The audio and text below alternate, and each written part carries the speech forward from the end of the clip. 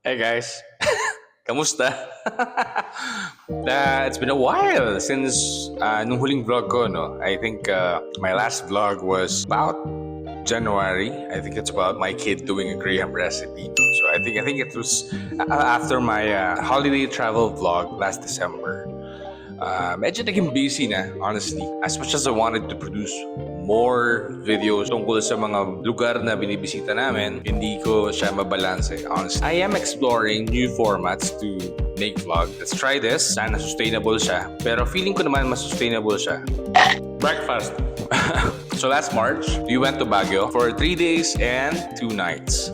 Drive lang. This is the second time around na mag-Baguio kami with the Pakinggan family, yung family ng wife ko. First time we went there, I think bata pa si Dylan, yung bunso ko, no? Tsaka si Kuya, si Happy. So, 2 days, 1 night. Parang pinago lang namin sarili namin.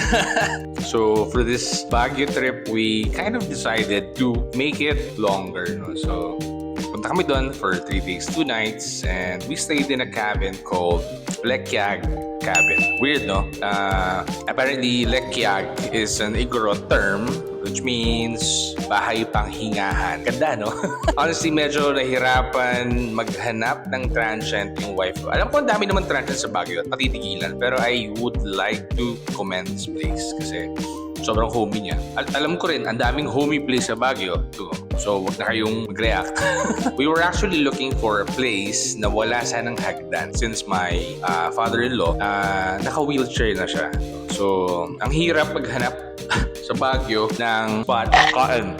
Ang hirap maghanap sa Baguio ng spot na walang hagdan. Kasi most of the bahay, kung hindi hotel, kung hindi transient, kung hindi Airbnb, dami hagdan. Kasi nga pataas yung Baguio, di ba? So I think marami silang property. So what we got is the Lekyag Phase 2. Sorry, no? So, ang ganda niya. Sobrang homey. Bear with me. Konti lang ang clips ko. Video clips and photos. I will try my best to put as much as I can. Cover the house, the trip. Just to show yung bahay. So, sobrang cozy niya. Sobrang homey niya. Wala siyang hagdan. This is the Lekyag Cabin Phase 2. I think there's Phase 1 and Phase 3. Hindi ko alam actually. But what we got was Phase 2. Isa siyang cabin na malaki. Kung nakikita nyo dyan, medyo malaki yung garahe niya and common area. Kudos to the place. It was so nice, honestly, and the caretakers were so mababait. No? So, 16 packs kami. If I'm not mistaken, 18 pala. My bad. What we booked is for 18 heads, 18 packs. Yung 18 pack, kasya naman comfortably sa place, no? Meron 2 rooms, kung nakita nyo, may 2 rooms sa magkabilang dulo. Yun yung room for us. Pinaka-left, pinaka-right. Meron siyang bunk beds. Yun yung aming nabook. Actually, feeling ko talagang for ano siya, for different group of people. So, but apparently, binook namin yung dalawang rooms sa magkabilang dulo to cover number of attendees, no? So per room, merong indoor kitchen. May indoor kitchen. May kitchen, isang room, may bathroom din. I think sa room number 1 do sa left side, 2 double decks. So per double deck, double bed yung bed. Tamba. My wife's not here to correct me. Wala akong video eh. Sorry. So first left room, merong parang main door for 2 bunk bed. And then tapos sa side ng room na yon, meron pang 1 double deck na bed. So sa loob ng left room na yon, merong main room. Tapos meron ding side room. Parang nandun yung nakaseparate na room din. So technically, it can accommodate 2, 4, 6, 8, 10, 12. 12 heads, no? So sa unang left room. Sa right room naman, same. Pero dun sa right room na yon, wala siyang side room. Meron lang siyang isang main room na may dalawang double deck. So that's it. If you can see, the garage is pretty big. The common area is pretty big. That is for common area kung binook nyo yung dalawang room sa magkabilang side. Yun, maganda naman yung experience namin. Honest review lang.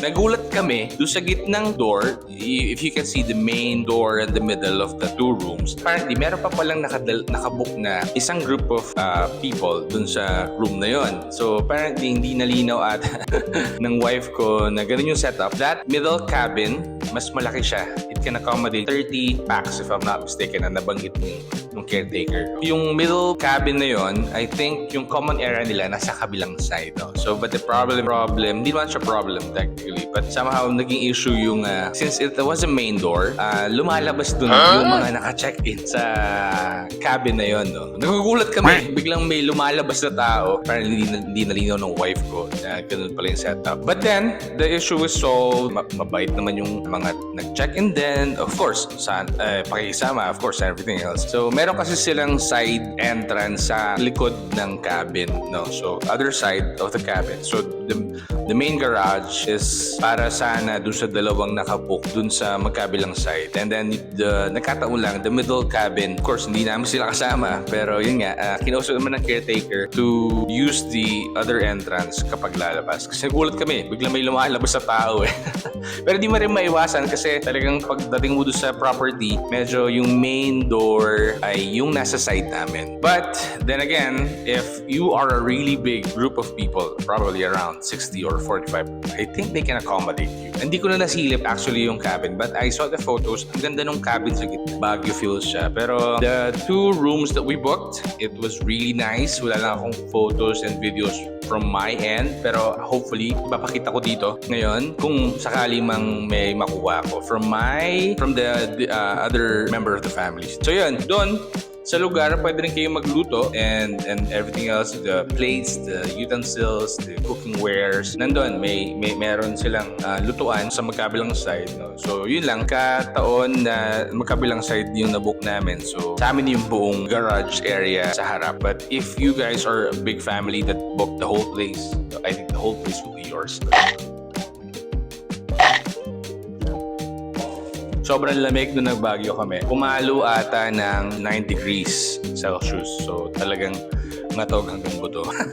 The Lekyag cabin was a really nice spot for family gatherings. Talagang big group kayo. Mag-enjoy kayo doon sa lugar. Yun, may pa-bonfire din sila. Actually, yung bonfire applies to the cabin in the middle. Kasi walang bonfire spot yung side ng common area namin. But kudos to the caretakers. Binigyan na lang kami ng ihawan at doon kami nag-bonfire. The bonfire helped kasi sobrang lamig. Yun yung nagsilbing init namin sa gabi. It was fun. One for the books trip, and the stay was really amazing. Yun, Lekyag cabin. Tigyawat ako. Anyway, I must say, it was a reasonable price for the 3 days, 2 nights stay. Hindi siya sobrang mahal, hindi rin siya sobrang cheap. Sakto lang. So that's it for our Baguio Lekyag cabin review. See you sa next vlog.